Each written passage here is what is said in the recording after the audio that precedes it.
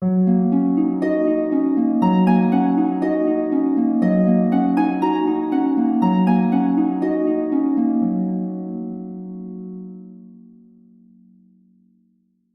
everyone, welcome to Astroreader PH and thanks for dropping by for some astrology. This video is about the astrological update for the week of November 15th to 21 for all signs. We have a big week ahead. Lots of changes are afoot in the coming weeks as we enter the eclipse season. We live in interesting times. So the eclipse season is coming. On November 19th, we have the lunar eclipse in 27 degrees of Taurus. And on December 4th, we have a solar eclipse in 12 degrees of Sagittarius. But that's further ahead, so we're just going to discuss the lunar eclipse more or less this video. So for the key points of the week, just keep having that endurance because the home stretch is near. I know that we have a tiring, busy, and exhausting period right now due to certain factors that we've discussed in the past weeks. Particularly, Saturn is still the apex of the T-square that we've kept talking about. And Neptune is still stationary retrograde. So that's reducing the rest that we can get. Plus, the Gemini solar eclipse that occurred on June is still in its ending phase right now. So the effects of this solar eclipse are still at an all-time high. We have peak energy right now regarding speaking projects, documents, day-to-day tasks, writing, practicing our skills, producing output, handling logistics. So work may be at an all-time high as well. Or probably not sleeping that well because of the Neptune stationary retrograde. So it's like events like this keep happening and there's no moment of relief for us. And things may feel like they keep going on and something just keeps coming up. We may experience some exhaustion or burnout. The eclipses will help turn the tide of events and change things because eclipses are markers of great change and they begin new chapters in our life. So this week we could also experience some clashes with authorities or restriction, but we're gonna discuss that more now. By the way, I made another video discussing this lunar eclipse in a deeper way, plus a discussion for each sign. So check it out at this link or at the description box below. So first off, we have this sort of T-square battle. As I said, the previous T-square with Saturn as apex is still in effect. So effectively, Saturn is still king this week. It's going on the third week now. I'll call this the Saturn T-square for now. With the Saturn T-square still in effect, we're still experiencing that continuation of restrictions, of pressures, of limitations, of responsibilities, and we may feel stuck, delayed, or slowed down. As I said, it's been going on 2 weeks now, and now it's on its third week. So there may be challenges also from or with groups or organizations, with friends, people you know on a topical level, like my sister's friend, my boss's cousin's mom. Aquarius rules relationships like that, networks, acquaintances. Aquarian energy is like, I know a guy. So if your car needs help and you need a mechanic, I know a guy. You need an accountant, I know a guy. I need a barber, a lawyer, I know a guy. That's Aquarian energy. So we could be stretching our networks thin as well because we may need help for something that we need to accomplish. And in general, we may need to get more connected or find someone who could do it for us. But since Saturn rules limitations, then we may feel limitations on who we know, on our networks. Essentially, Saturn is teaching us that it's not really quantity that counts, but quality. So if your faucet, for example, is leaking, then 100 mechanics won't be as helpful as one plumber. You get me? Also, Saturn teaches that sometimes knowing too many people can be bad for us. It can be good, perhaps, if you're the one who needs help, but the story changes if they're the ones who need help, right? As I said, this T square is still effective, as I mentioned in my past videos, entering its third week now. However, and this is a big however, sometimes the divine just drops us an escape route. A Deus Ex Machina, or as they say it, as they call it, a Deus Ex Machina, or a god on a machine. If you're not familiar with this term, in ancient Greek plays, when the hero faced a challenge in the story, a god on a machine will appear. You know, all those, they use those stage machinery to do it. A machine that raises this character up the ground. And so this god character will provide magical powers or weapons to help slay the monster or conquer the challenge.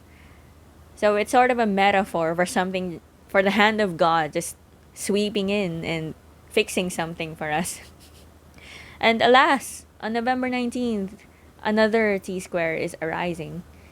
This is the sort of astrological Deus Ex Machina that I'm referring to. It's short lived, but it's powerful. So this new T square has Jupiter as its apex. And this new T square, I call it a Jupiter T square because of its apex of Jupiter. And it may have a god and a machine effect for us. In fact, this Jupiter apex will coincide with the breaking up of the Saturn T square, which is, for me, nothing short of interesting. So let me show that to you, how exactly it's gonna come out. This is us at the beginning of the week. As you can see, there's this T square in the triangle and Saturn is the apex. But as we progress further towards the week, you can see that another T square begins to form, particularly on November 19th. And the new apex of that T square is Jupiter. So this Jupiter T square will also coincide with the breaking of the Saturn T square, as you can see, because the Saturn T square will start to weaken after that. So basically, I think this is a little bit interesting. But before we go deeper into this Jupiter versus Saturn T square dynamic, I would like to invite you, please like and subscribe. So it really helps my new channel when you do things like that. So thanks. Jupiter is not just another planet. It's a natural adversary to Saturn, actually. The Jupiter versus Saturn battle or clash, it's an age-old counterbalance.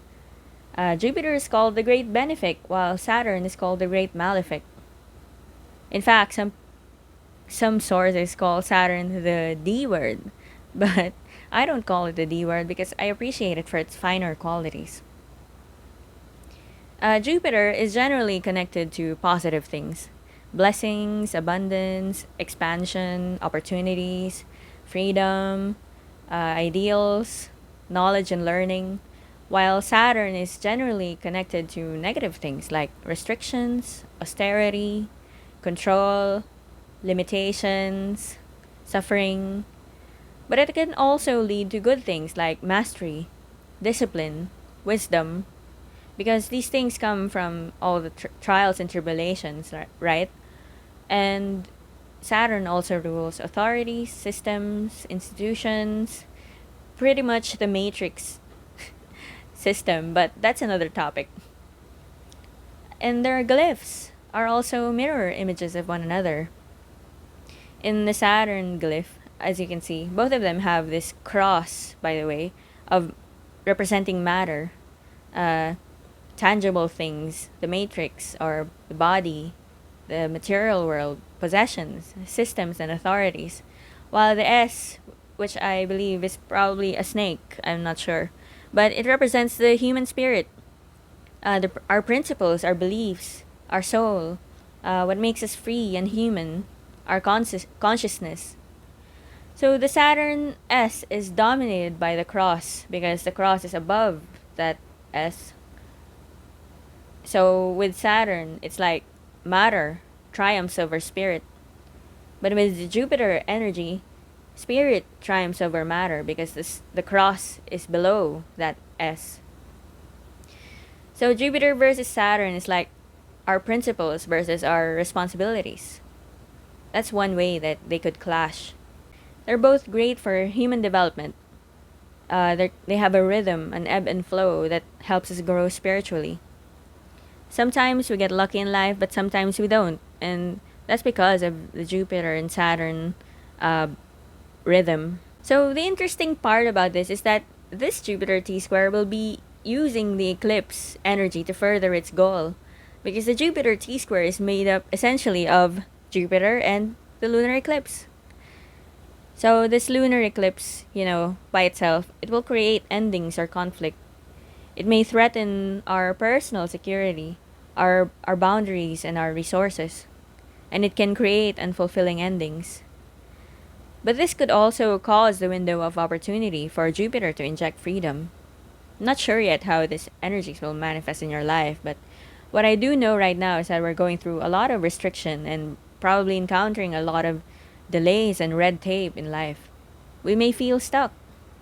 And I believe Jupiter will offer an escape or a solution that will lead us to more freedom and understanding.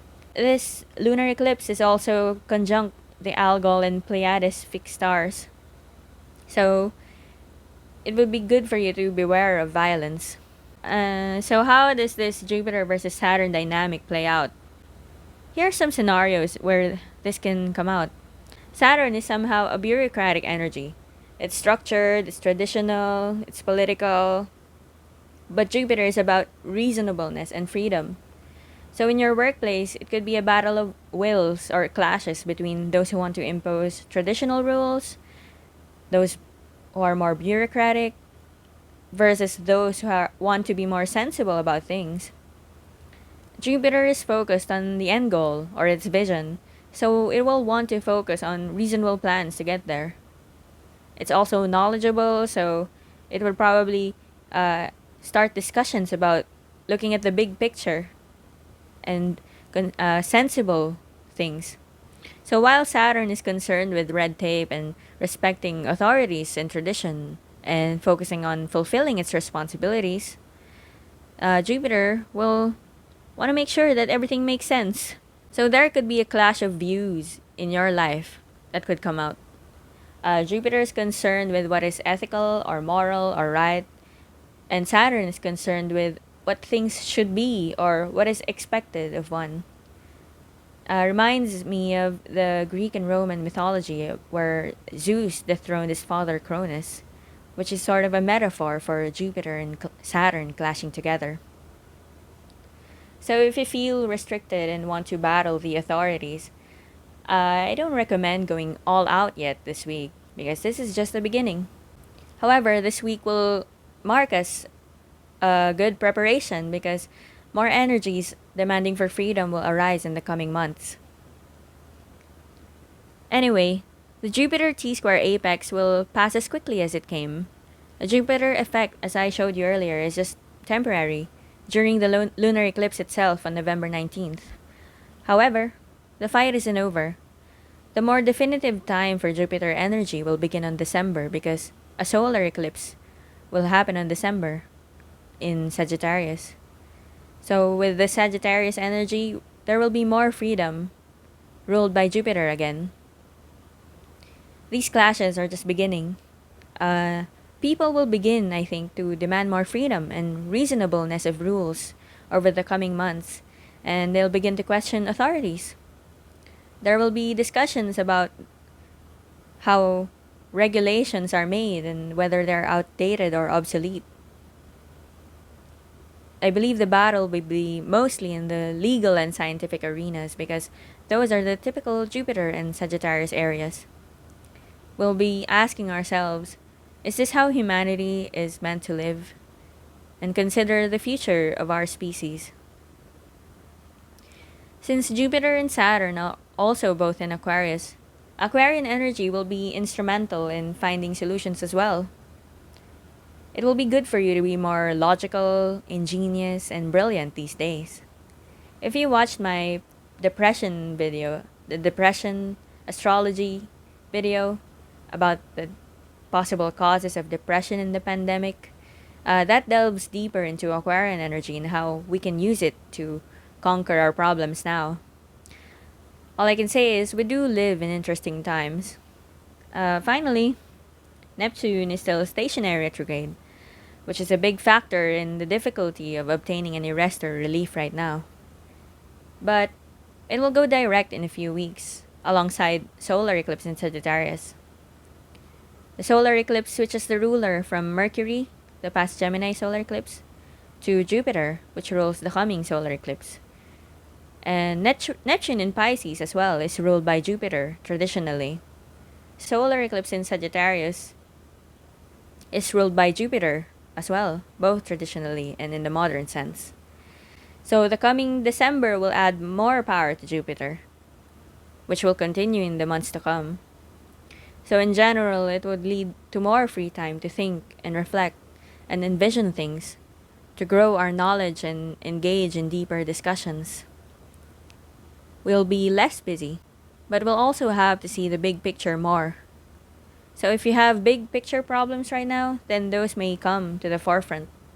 Like if you've been putting off something that's become big and developed into a more significant issue, then the time of addressing these things will come.